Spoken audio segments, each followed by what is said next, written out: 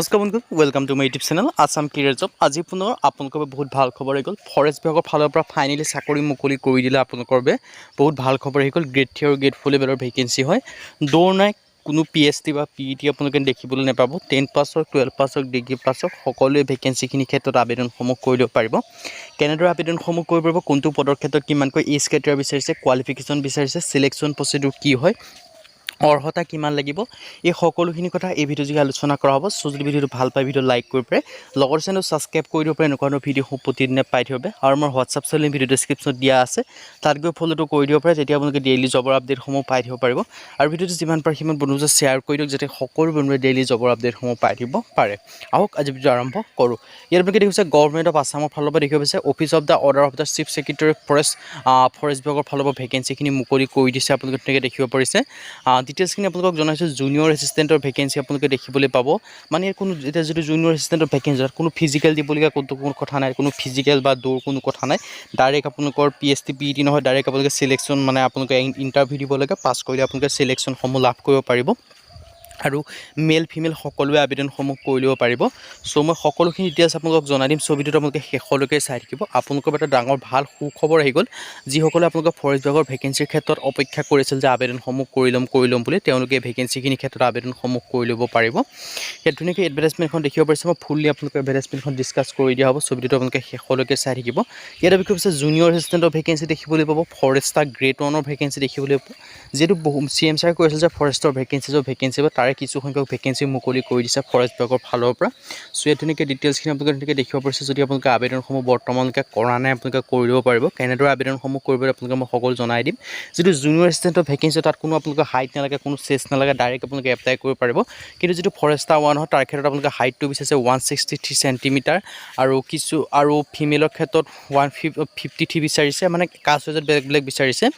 আৰু যিটো ফিমেলৰ ক্ষেত্ৰত 150 পৰা 145 চেণ্টিমিটাৰৰ ভিতৰত হ'লে আপোনালোকে আবেদনসমূহ কৰি ল'ব পাৰিব। চ' যদি ইণ্টাৰেষ্টেড হয়, ইলিজিবল হয়, আপোনালোকে আবেদনসমূহ কৰি ল'ব পাৰিব। তাৰ পিছৰ ভেকেঞ্চি আছে ফৰেষ্ট গাৰ্ডৰ ভেকেঞ্চি। বহুতে ফৰেষ্ট গাৰ্ডৰ ভেকেঞ্চি শুই থাকে যে কেতিয়া আহিব। তেওঁলোকৰ বাবে এটা ভাল খবৰ হয়, ফৰেষ্ট গাৰ্ডৰ ভেকেঞ্চি মুকলি কৰি দিছে আপোনালোকৰ বাবে।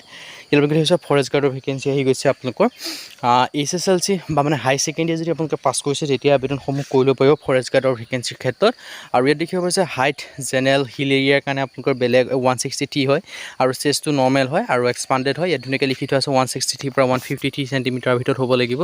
আৰু ইয়াত আপোনালোক বাকী 150 পৰা 145 চেণ্টিমিটাৰৰ ভিতৰত ফিমেলৰ আপোনালোকৰ হাইট চেষ্ট হ'লে আপোনালোকে আবেদনসমূহ কৰি ল'ব পাৰিব। চ' যদি ইণ্টাৰেষ্টেড হয়, ইলিজিবল হয়, আপোনালোকে যে আবেদনসমূহ বৰ্তমানলৈকে কৰা নাই, এই ভেকেঞ্চিখিনিৰ ক্ষেত্ৰত আবেদনসমূহ কৰি ল'ব পাৰিব। আপোনালোকৰ বাবে ডাঙৰ সুযোগ আৰু এটা সুবিধা আহিছে।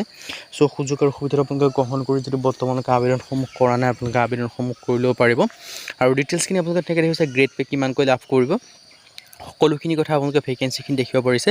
বহুতে আপোনালোকে নিশ্চয় কমেণ্ট কৰি থাকে যে ফৰেষ্টৰ ভেকেঞ্চি কেতিয়া আহিব। তেওঁলোকৰ বাবে ভাল খবৰ, ফৰেষ্টৰ ভেকেঞ্চি আপোনালোকৰ বাবে মুকলি কৰি দিছে। ধুনীয়াকৈ ডিটেইলছখিনি আপোনালোকে দেখিব পাৰিছে। ফৰেষ্টাৰ 1 আছে, জুনিয়ৰ এছিষ্টেণ্টৰ পৰা আদি কৰি সকলো ধৰণৰ ভেকেঞ্চি আপোনালোকে দেখিবলৈ পাইছে। আপোনালোকৰ বাবে এটা ডাঙৰ সুযোগ আৰু এটা সুবিধা আহিছে। চ' সুযোগ আৰু সুবিধা আপোনালোকে গ্ৰহণ কৰি নিশ্চয় যদি বৰ্তমানলৈকে আপোনালোকে আবেদনসমূহ যি কৰা নাই, আপোনালোকে আবেদনসমূহ কৰি ল'ব পাৰিব।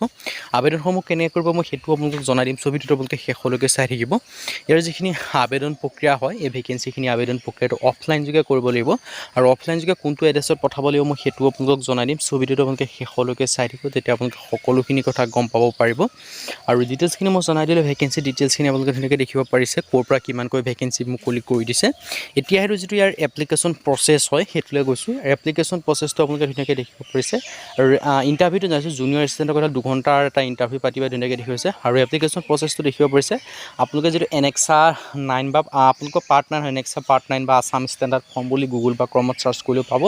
নাইবা আপোনালোকে আছাম ষ্টেণ্ডাৰ্ড ফৰ্ম বুলি আপোনালোকৰ কম্পিউটাৰ দোকানত বিচাৰিলেও পাই যাব। সেই ফৰ্মটো উলিয়াই আনি ধুনীয়াকৈ ভালদৰে প্ৰিণ্ট আউট কৰি ধুনীয়াকৈ গোটেই ফৰ্মটো ফিল আপ কৰিব। ফিল আপ কৰি লগত ইয়াত যিখিনি ডকুমেণ্টছ লিখা আছে, সেই ডকুমেণ্টছখিনিৰ সৈতে এনভেলপটোৰ ওপৰত আপোনালোকে এটা ষ্টাম্প লগাই পঠাই দিলে হৈ গ'ল। তেতিয়া আপোনালোকে আবেদনসমূহ কৰি ল'ব পাৰিব। ডিটেইলছখিনি আপোনালোকে তেনেকৈ দেখিব পাৰিছে। চ' যদি ইণ্টাৰেষ্টেড হয়, ইলিজিবল হয়, আবেদনসমূহ কৰি ল'ব পাৰিব। আজি ভিডিঅ' যদি ভিডিঅ' ভাল লাইক কৰি পাৰে, লগৰ চেনেলটো ছাবস্ক্ৰাইব কৰি পাৰে, এনেকুৱা ভিডিঅ'সমূহ প্ৰতিদিনে পাই থাকিব। যদি ভিডিঅ'ত লগ পাম।